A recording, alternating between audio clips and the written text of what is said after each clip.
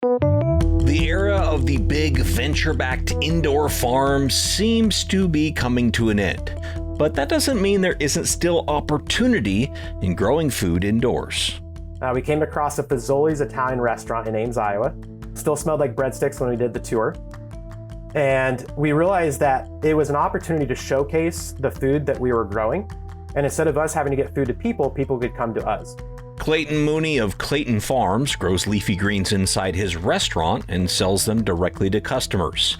And while he grows indoors and vertically, he prefers the term urban farming. I think vertical farming comes with what I'll describe as, lab coats and purple lights. Indoor farming could be translated as, I'm growing something in my basement. Urban farming, though, I feel like that is better for community-driven engagement. Clayton Farms has one location today, but they've got big ambitions for scaling this concept. The average person in the US right now loses 2 to 5 years off of their life from eating fast food. I think on my tombstone, I'd be pretty happy to have it state that I contributed 70 million years back to humanity by giving an average of 2 years back to those 35 million people. The inspirational Clayton Mooney of Clayton Farms on today's Future of Agriculture podcast. Hello, fellow Ag Nerd. Thank you so much for joining me for another episode of the Future of Agriculture. It's been over 2 months since our last regular episode, and man, it feels good to be back. My name is Tim Hamrich, and if you're interested in where innovative ideas meet practical realities in food production, I think you've found the right show. Today's interview got me all fired up. Clayton Mooney is the co-founder and chief farmer at Clayton Farms based in Ames, Iowa. And if you're picturing your stereotypical Iowa farm right now, well, you better change that thought real quick. They build direct-to-consumer indoor farms and claim to serve the world's freshest salads. They were also part of Combinator in the winter of 2019. Clayton is fearlessly building his vision for farms that grow local, healthy, accessible, convenient food that provides a real connection with customers in the communities through which they serve through their quick service restaurants. That's right, it's a restaurant with a drive-through that grows hydroponic produce right there inside of it. Clayton is going to provide a lot more details in this episode, and I think it will be really clear why this story is so interesting and relevant, and I think inspiring for anyone thinking about the future of agriculture. But just for some brief background here, Clayton grew up on a farm in Iowa and played professional poker before eventually returning to his home state and starting Kinosol. In fact, his now wife, Mikayla, was one of his co-founders at Kinosol, and she was on this show way back on episode 53 in May of 2017, over 8 years ago now, which is crazy to me, but anyway, I digress. I'm going to drop you into the conversation here where Clayton is giving more of his background and describing the early days of what was first called Nebulum and then eventually rebranded into Clayton Farms. Yeah, so I actually was born and raised on a small family farm in southeast Iowa. My family farm is still there today, mostly row crops, so corn, beans, hay. And I was the only child. And when I left the family farm, I said, okay, agriculture, not for me, never doing this again. So first lesson there, never say never. Looking back, what I was really drawn to was thinking that agriculture was always manual labor. And I hadn't really discovered technology yet. So flash forward to 2014, I moved back to Iowa from living in Ireland. My past career was playing poker full time. And I decided that I wanted to work on something more meaningful. And I was interested in startups, especially technology startups. Started looking around, couldn't really come across a startup that I felt like I could help with their product or a service. But ultimately, I ended up starting a company called Kinosol, where I was co-founder and chief product officer. We built solar food dehydrators for farmers in developing regions. We took that from prototype to commercial launch in about 50 countries before I left the day-to-day. But during building Kinosol, I was spending a lot of my time with partners abroad. So if we were addressing food security literally halfway around the world in Rwanda, Uganda, Tanzania, or with partners in Brazil, I kept coming back to this question: what does food security mean in our own backyard? And when I left the day-to-day of Kinosol and I remained on the board of directors, I posted that question on a blog to a couple dozen readers. And thankfully, I had a friend and community college peer, Danon Poole, reach out. And Danon's background is in plant biology and mechanical engineering. Today, he's Clayton Farms' co-founder and CTO. But at the time, Danon said, I've got the answer to your question of how do we create better food for more people. It's indoor farming. And I said, indoor farming, tell me more. And Danon started to point out kind of his thesis on the industry. And he said there's kind of two sides to this. One side is you go the big vertical farming route. You want to raise hundreds of millions of dollars in venture capital. You want robots running the farm. I don't think those types of farms who are centralized, large footprint with robots, have a clear path to profitability. And ultimately, they don't work out. And this was 2017 when he was telling me this. A little ahead of his time. Yeah. Yes. Yeah, we're seeing a reckoning right now, right, over the last couple of years. And Danon pointed out on the other side of the coin, more kind of Midwest where we were based, he said, you have a lot of people who indoor farms to them mean greenhouses. And maybe they're very practical with their production, but then they turn around and they want to wholesale. So they, as the farmer, do the most amount of work. They end up with the smallest slice of the pie. So Danon's thesis was, what if we could figure out a way to grow food closer to people, kind of a decentralized approach, start with a smaller footprint, and then go direct to consumer. And that's the genesis of starting the company back in 2017. And how did you test the thesis that people would be excited to buy this in a place like Ames, Iowa? Yes. So when we started, we had some office and R&D space in the Iowa State University Research Park in Ames. And we were building prototypes of growing equipment that was inspired by some NASA research. So we were getting pretty science fiction-y with it. I'm trying to understand how to ultimately grow as much food per square foot as possible. And so 2017 through 2020, we really focused on honing the technology. So the hydroponic growing equipment, and then the software that ran that equipment.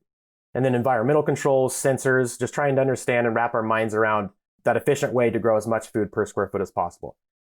In 2020, we thought at the time we were going to partner with new and expanding indoor farmers. Then you have the pandemic hit.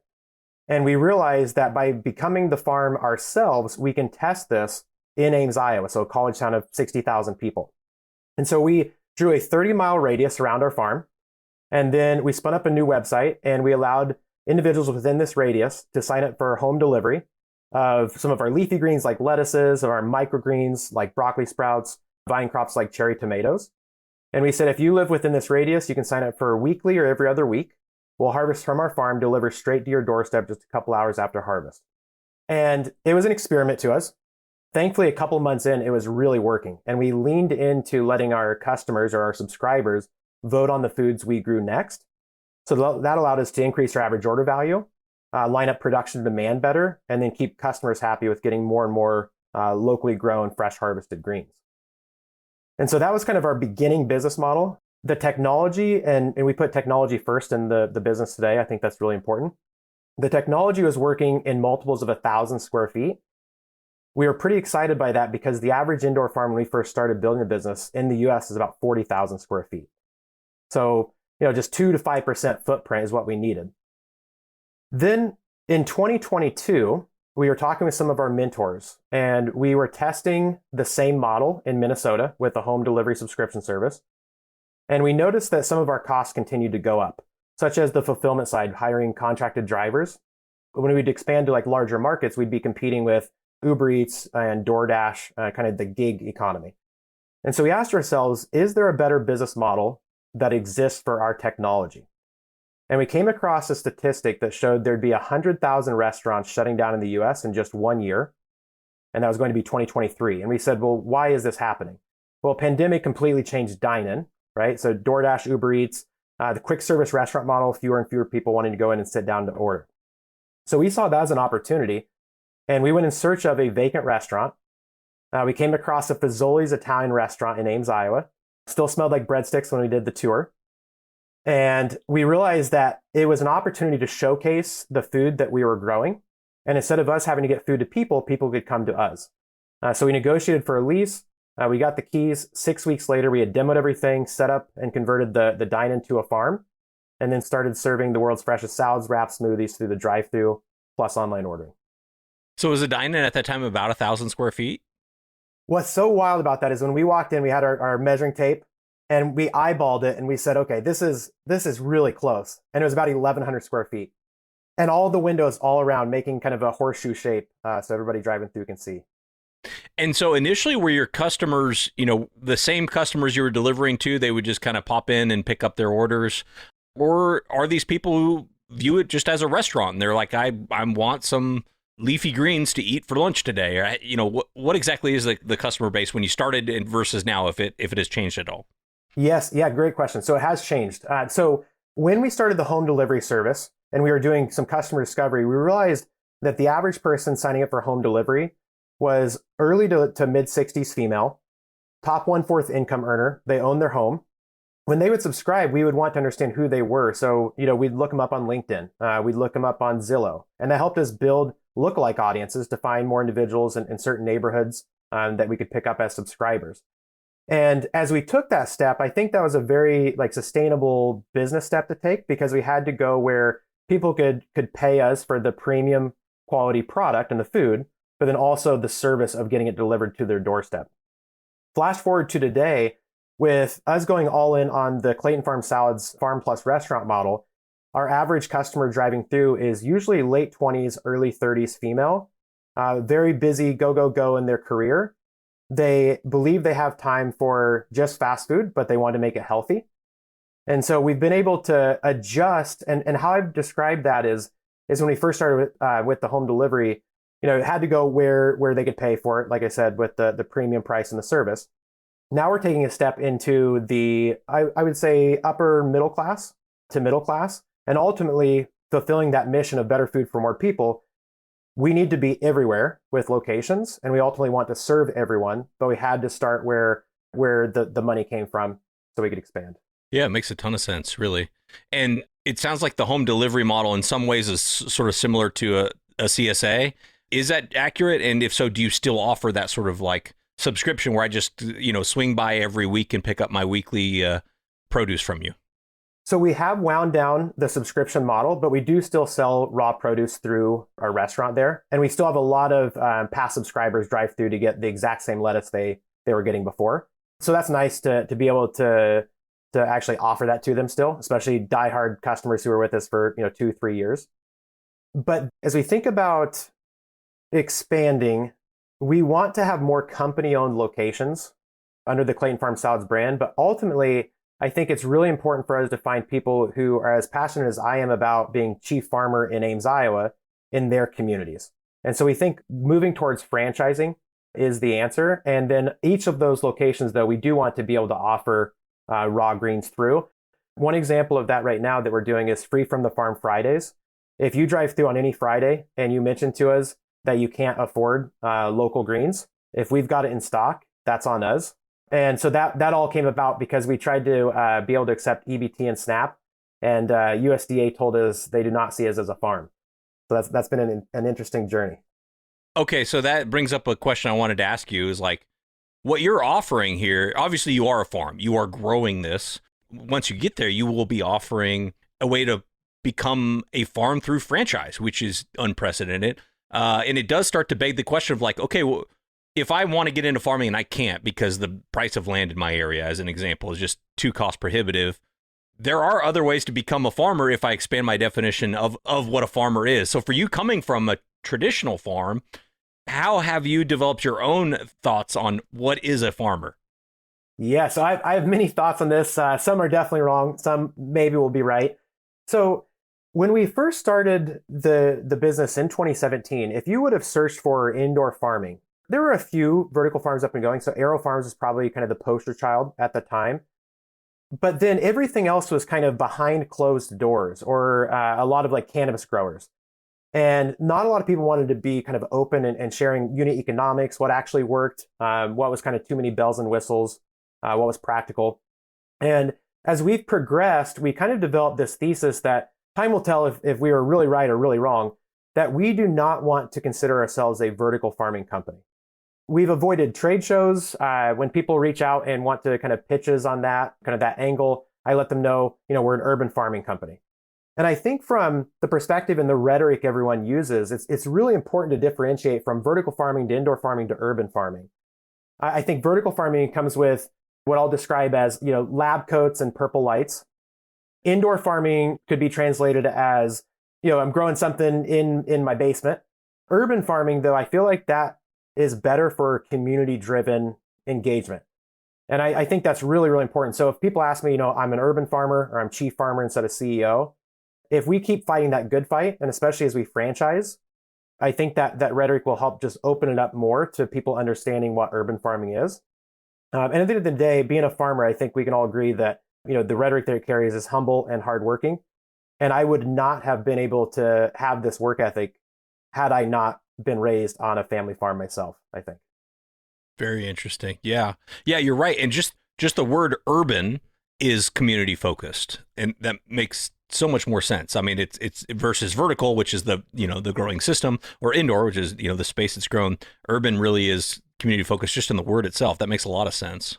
With your growing system, it sounds like you had to kind of modify it for your own needs. Is it quite a bit different than what the large vertical farms are using? So I would say we've dumbed down our approach to growing through trial and error. So when we first started and we told ourselves no bells and whistles, there were times that we started getting to a point where, if we could add this, then it could do this, or maybe we could save on labor here or increase yield by 2%. And we started to realize we were starting to fall into that trap of bells and whistles. And over time, we've learned fewer parts equal fewer problems. And I like to describe it as the systems need to be Clayton proof. I'm not an engineer. That's where, Dane inside of it. But the idea is if I can put together one of our systems and I can maintain the system, then anybody can. And I think that's really important for us kind of adopting just a, keep it simple mindset with the design and build out. As we've iterated and we arrived at about kind of 4 years ago, the systems we use now, something that was pretty exciting to me is we let 4 of our patents that were pending expire, and we decided to open source everything. And having a consumer-facing food brand, I think consumers want more and more transparency and data around their food, where it comes from, the inputs, the environmental impact. So we decided to open source all of our equipment, our utilities usage. That way, the urban farming, indoor farming, and vertical farming industry could mature. I think it's kind of still the Wild West. And so since we've done that, we've had farms reach out to where they shared some of their input data with us, and we learned from them, and then vice versa. And I think that's pretty powerful for maturing the industry. All right. So when you open source a farming system, you just post it on your website and say, hey, see what you think, see if you can make it work for you, or what's that entail if you want to open source your system? Yes. So there were kind of 2 directions we took with it. One is kind of towards the trail end of the pandemic. We were hosting more tours. We were talking about what we did. We had customers sharing about us being a farm down the road, serving them year round. So more and more people's kind of curiosities were piqued. And as they came in for tours, we noticed a lot of them had gone through like master gardener programs, but they were interested in growing something hydroponically at home. So one day we were hosting this group of older ladies who were like, okay, this looks really complicated, but like, where could I start? And so we started with essentially, how could they grow broccoli sprouts, 2 trays of broccoli sprouts at home? And as we walked through, they said, well, can you share with me the material you use? And I said, yeah, that's from a company called Grodan. It's rock wool mats. These are 10-inch by 20-inch trays. Here's all the links. And at the end, they said, why are you sharing all of this? And I said, well, you asked. And they said, yeah, but isn't this proprietary? Or like, do we have to sign an NDA or something? And I started to realize, in my opinion, that's a pretty antiquated approach. And I think businesses move too fast today for pursuing most patents. Again, that's just one crazy guy's opinion. But that was kind of one side of it. And on the other side of it, we started hosting a bunch of groups like ISU Extension and Outreach, plant researchers, CPG researchers. And as everyone came in, they wanted to understand more of the data, such as what is the utility usage, like, what is the water usage? Why did the design call for, this much space between levels? And we decided just like, we don't have any fancy CAD drawings, but here's our Google drawings. Here's our utility bill. And then it kind of just evolved into that. So if somebody openly reaches out today and they want to learn more, we're happy to host them for a tour, kind of show them behind the scenes. I think that's really important, especially for getting more people excited about urban farming. Tell me if I'm extrapolating too much here, but there's something in what you're describing right now that I think is really important and increasingly more and more important as AI makes kind of information ubiquitous. It's because you have a relationship with your community and with your customers that you don't really have to worry about, oh no, what if somebody else does this? Because your advantage is, of course, you all have done all the hard work to get to this point, but more importantly, you've developed that relationship and that connection with your community to where if somebody opens up in Des Moines, which is not far from Ames, and does the same thing, it really doesn't affect you at all. Maybe that's me just kind of extrapolating too much, but I really think this relation-driven business model is a very, very important point. Yeah, like from we have raised a little bit of venture capital, and some investors, as we talked about the technology and we say open source, there's kind of two camps of that today. And your mention of AI, so we've been early adopters of as many tools as we can. So in 2018, we're using Raspberry Pis and supervised and unsupervised machine learning to understand plant health through photos. Flash forward to today, we try to always be early adopters of it. And I am absolutely in the camp that the cost of information is going to zero. So the moats are going to be built around authenticity. And there's many, many different ways to be authentic, pros, cons right now in different industries. But from a food perspective and a consumer perspective, a lot of our marketing is educational. And it would, I think, slow us down if we said, no, yes, you can walk up to the window and peek in and see the lettuce, but you can't come inside. That doesn't align with our values. And as far as competition goes, I have a company-wide policy that none of us can spend any time on competition. And the reason being is, I think we would have to have 50 plus locations before an inspirational company like Sweetgreen is all of a sudden sitting there one day and they're like, hey, who are these guys? And don't get me wrong, we want to have thousands of locations. I have a really science fiction-esque idea in my mind about how we contribute back to humanity. But I think we're needing to get to like literally 50 or 100x from here in order to be somebody else's focus for the day. So you've been in the restaurant model for what, 2 or 3 years now? Is that right? Just had our 2-year anniversary at the end of March. Okay, yeah. So 2 years now. To get that to like a franchisable standpoint, I don't know that that's actually a word, a place where you can franchise. Do you see it as more of a technological challenge to getting there, or is the technology pretty dialed in, or is it more of a sort of business development kind of growing the top line revenue challenge? So we did not reinvent the wheel on the kitchen side. And Dana and I both see the farm side was way more complex. So for instance, on the kitchen side, Toast is our POS. Our kitchen layout is from another fast casual salad place that we really like. So did not reinvent the wheel. As we think about expanding over the last about year and a half now, we've put in LOIs for more company-owned locations, including in Iowa, and we haven't won those bids. And so now we asked ourselves kind of over the last couple of months is, okay, 2 years in, what's worked, what hasn't worked? And we came to the conclusion that we have the right model. We need to go to other markets. So as an example, I'm the first to admit Iowa is a meat and potatoes state. And so for us to cater to Ames, we have our diehard customer base. But then you get to, let's say, summertime, it's salad weather, so it should be awesome, but half the town is gone with Iowa State out of session. And so that is naturally kind of gravity is pulling us to what I'd consider tier 1 and tier 2 markets, whereas I consider Ames a tier 3 market. The thought around ultimately just expanding and getting to franchising, something that we benchmarked is when we started the business, the average indoor farm took 7 years to turn a profit. Really long time. That was obviously skewed from the venture backside. The home delivery subscription farm that we had, it took us 18 months to turn a profit. If you benchmark that to the 7 years, that's awesome. But 18 months we felt was also a really long time. And so naturally looking for where our technology fit into a better model, better industry. When we launched the restaurant, it took us 2 months to turn a profit. And in year 1, quick service restaurant margins can be really thin. So you're talking with a bunch of our friends who are restaurateurs who like told us like, hey, your waste is going to be 25%, anything above 10% net margins, and you're getting closer to Chick-fil-A. And so we've been learning as much as we can, and we're definitely paying some idiot tax as we go. But year one, you average about 6% net margins. Year two, average about 8%.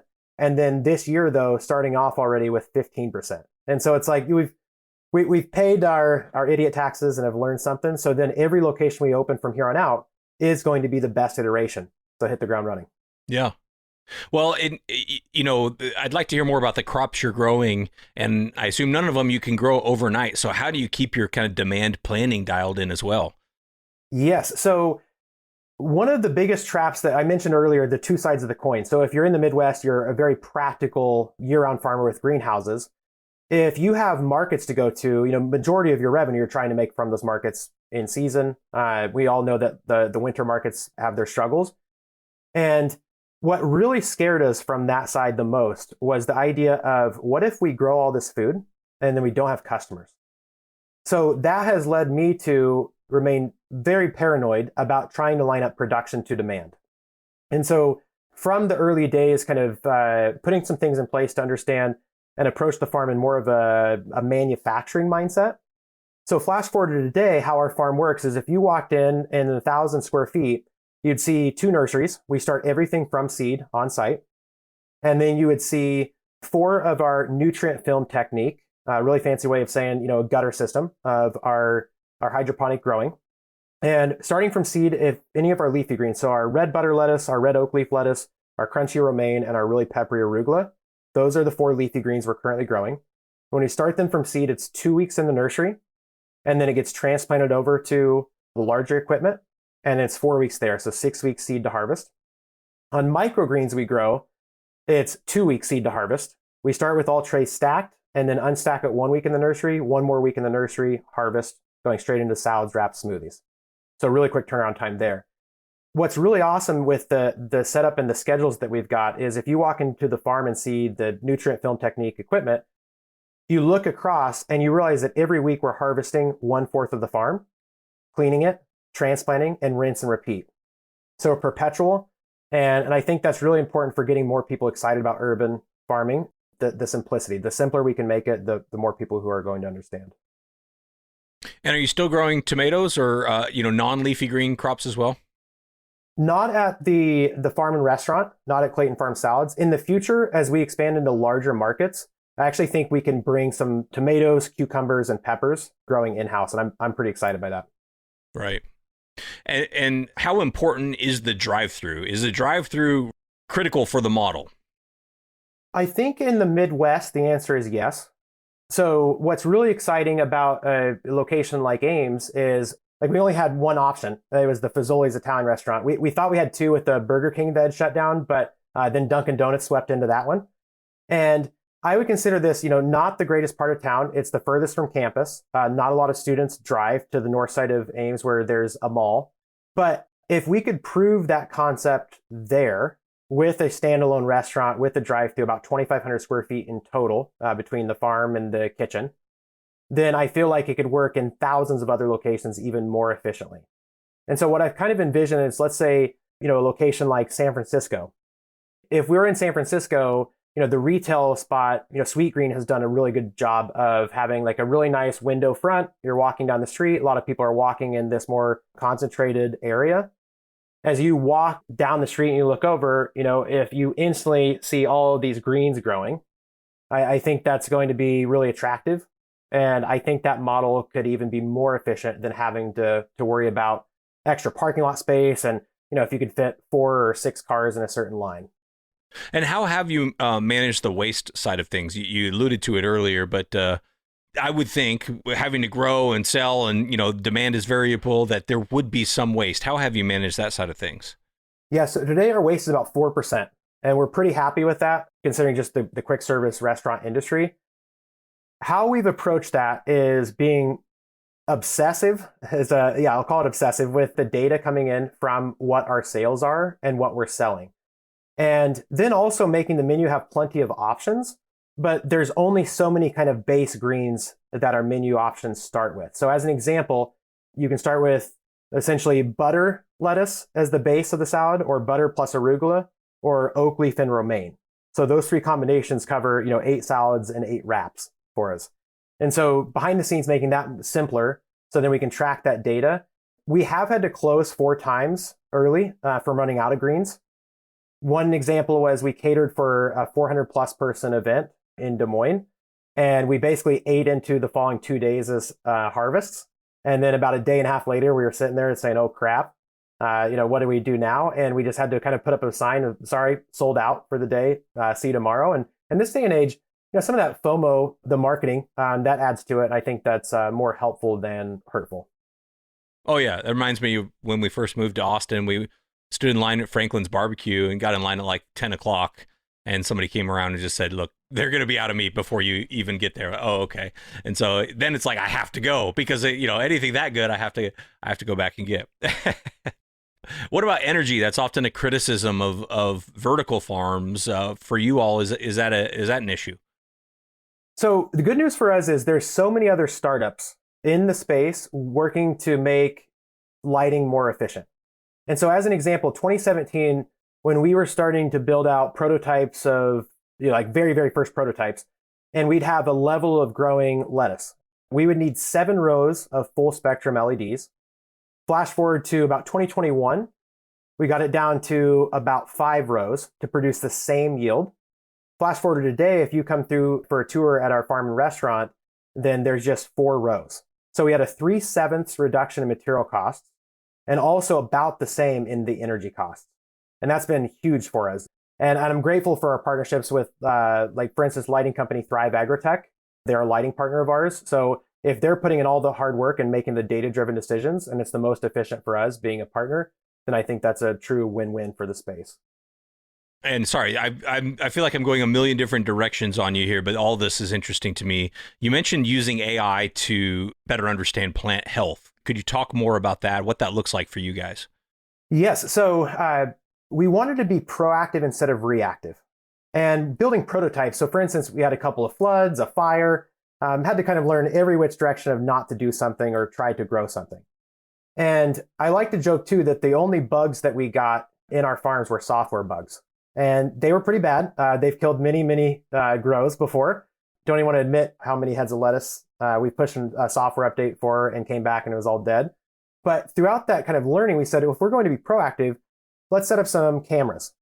And, we can check in on the farm at nighttime and look and be like, okay, everything looks fine.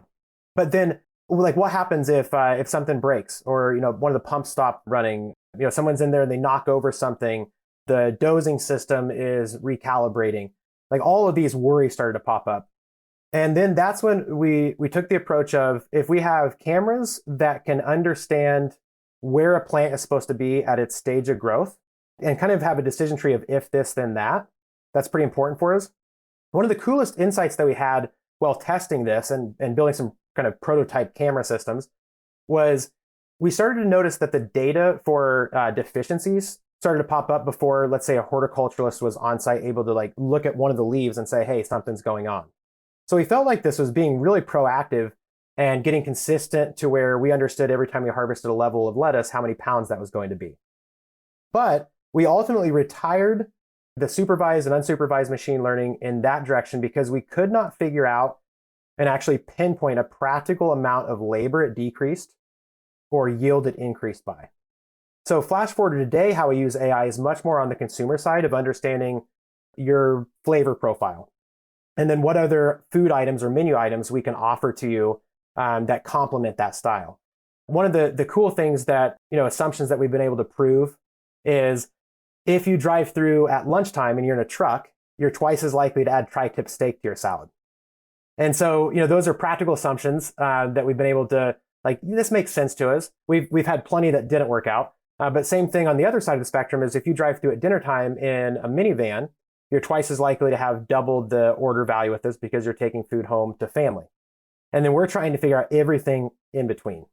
It's so cool. I mean, the data part of things, you could tell that you really dive into that.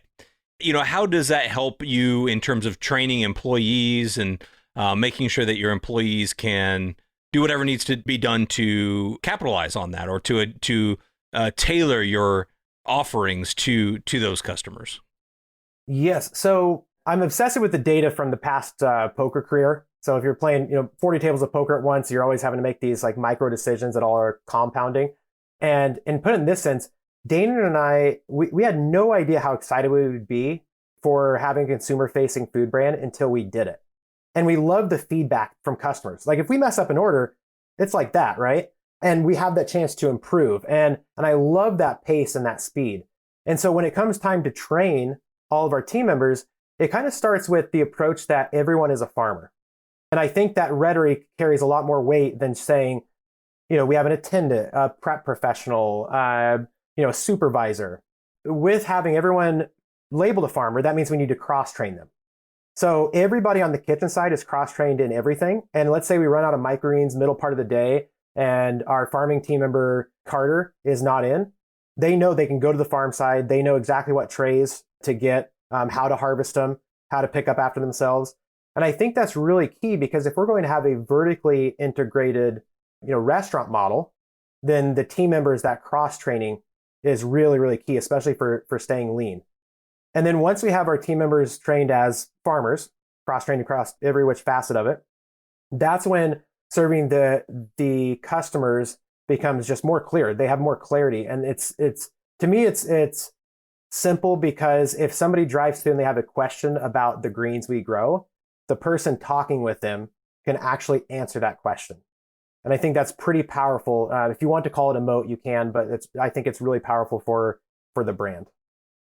It's got to feel good for the employee too, to share in that pride of like, I helped grow this, and can kind of feel that that a lot of farmers probably feel is like, hey, I'm proud of this because I know the work that went into it. That's right. Yeah. Especially even on the farm side, as customers during lunch rush, if you're 2-3 cars back, that's when you're really lined up to all of the greens and you're looking 2 feet over. But if they look over and there's someone in there picking lettuce and they wave, it's like, wow, I just met my farmer today. I think that's really, really hard to replicate. And you talked about feedback. What is the feedback in terms of, I like coming to Clayton Farms because it's grown there, or just because I can't get healthy options quick like this elsewhere? Or I'm sure it's all the above, but what are the insights you're drawing from like why people are gravitating towards the concept? Yeah, so the most common word that we hear is fresh. And then kind of the layer behind that is full flavor. And, a couple of statistics kind of that really are the why behind the scenes for me, especially with this model, is if you walk into a grocery store produce aisle right now, most of the food sitting on that shelf is older than 3 days post-harvest. So it's missing a third or more of its nutrition.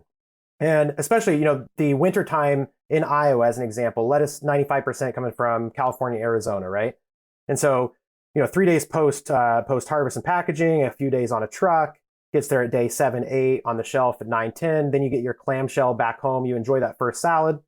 And then you go to make a second one and it's all slimy. So the full nutrition is my why. And I'm a firm believer, this sounds maybe drastic, but what you eat is your death sentence. But it's really hard to get people to be excited about nutrition if they can't really see it or taste it. And so we've noticed that if we lean more into on the flavor side, as people come through for the first time, they'll leave us a Google review and they'll say, like, whoa, I've never tasted romaine like that or arugula like that. And to which my response usually is, that's how it's supposed to taste. But you have so many sides that are wanting to grow for the supply chain and not for people. Right. And a narrative that is popping into my mind, and this may be science fiction, but is because of you not having to worry as much about shelf life, does that open up the opportunity for you to grow crops that are even better, but none of us eat right now because it's so reliant on shelf life? I think so. I would love to be growing, like at least once a week, somebody asks about strawberries. We all have that story in our mind of, okay, well, I went and picked up some strawberries at the grocery store. I got them home. And at the end of day 2, I looked, there was mold. And I think that we have the opportunity to fix that. And that's what gets me really excited. And I'm glad you mentioned, from the science fiction side, I don't want to reinvent the wheel by adding anything extra to growing lettuce. As an example, on April Fool's Day, we put out a video that was me holding up this brown bag that said sugar. And I was acting like I was dumping something into our trough. Some people didn't realize it was an April Fool's Day joke and reached out and said they did not want sugar lettuce, to which I said, me neither. But on the science fiction side of it this is keeping me going through the tough times and rolling with the punches. So the average person in the US right now loses 2 to 5 years off of their life from eating fast food. I don't think I can fix people's fast food habits, but I can bring them healthy fast food. And I think at a point in time, possibly within the next decade, we'll have enough locations that about 10% of the people living in the US are customers of ours. So today that'd be about 35 million people. I think on my tombstone, I'd be pretty happy to have it state that I contributed 70 million years back to humanity by giving an average of 2 years back to those 35 million people. And that's what really, really keeps me going, and just realizing like the only answer is more locations and then better food for everybody. Man, that is kind of a mic drop moment here. Maybe we should end on that note, unless you have more you want to add. But I will just add this. If you start to look for a franchisee in Boise, Idaho, I would expect a call, because it's exciting to hear what you're doing. And I definitely see a place for this. And we're not a tier 1 market, but we're probably a tier 2 market. And very, very, very cool. But I do want to give you a chance. So anything else that we didn't get to that you either want to add or emphasize before we wrap this up?